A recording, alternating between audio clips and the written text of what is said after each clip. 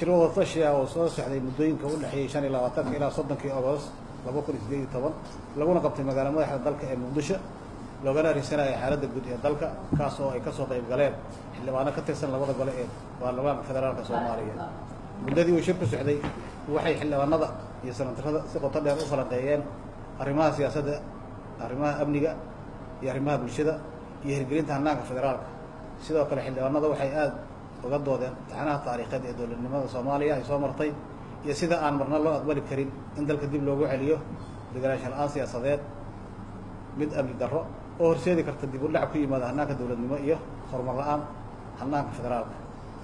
dood iyo falanqeyn dheer kadib xildhibaanada iyo senatarada waxay walaac ka muujiyeen qodobada soo socda. Number 1 arrimaha siyaasadda.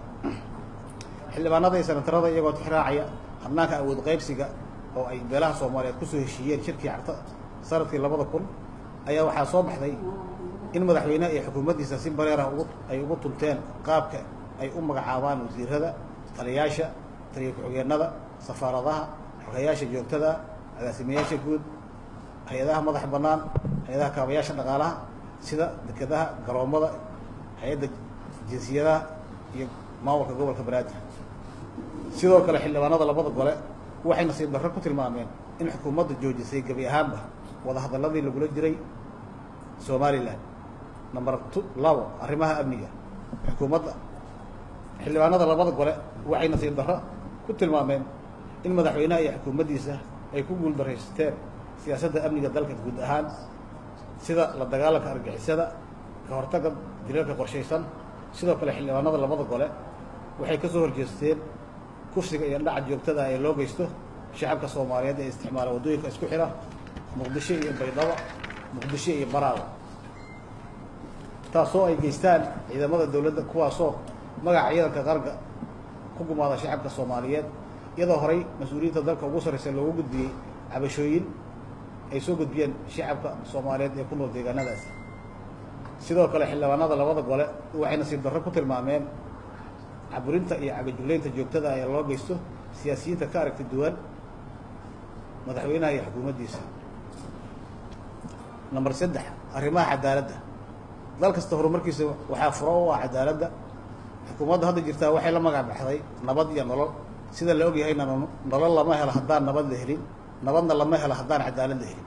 sidaa daraaddeed xildhibaanada labada gole waxay nasiib darro ku tilmaameen qaabka loo maarayo garsoorka dalka, taasoo ay tusaale u tahay inuusan weli cadaalad helin xukuumadda hadda jira wasiirkeedii hore xildhibaan Cabbaas Siraaji, waxaana inta badan la arkaa ama dhaca kiisas ama dacwooyin aan loo maarayn si cadaalad ah. sidoo kale waxaa cadaalad darro xooggan ka jirta qaabka shaqasiinta iyo dalacsiinta ciidamada, taasoo inta badan ka muuqata in cadaalad darro lagu bixinayo shaqooyinka ama magacaabista iyadoo weliba ay ka muuqato kala fadilaad beelaha Soomaaliyeed dhexdooda ah. tala soo jeedin xildhibaanada labada gole kadib markii ay arkeen cadaalad darrada ku qasabtay shacbiga Soomaaliyeed inay u dacwoodaan nabadiidkii loo baahnaa in laga xoreeyo dalka, markay arkeen hamijabka iyo rajabeelka ka muuqda shacbiga Soomaaliyeed, markay qiimeeyeen qaabka xukuumadda u maarayso siyaasadda amniga dalka taasoo sababtay inay niyadda nabadiidka soo noolaato iyagoo gudanaya waajibaadkooda dastuuriga ah si waafaqsan qodobka 69aad ee dastuurka qaranka iyo xeer hoosaadka golaha shacabka ee baarlamaanka.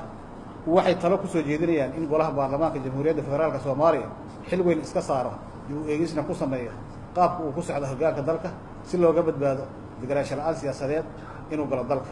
wabillahi tawfiiq.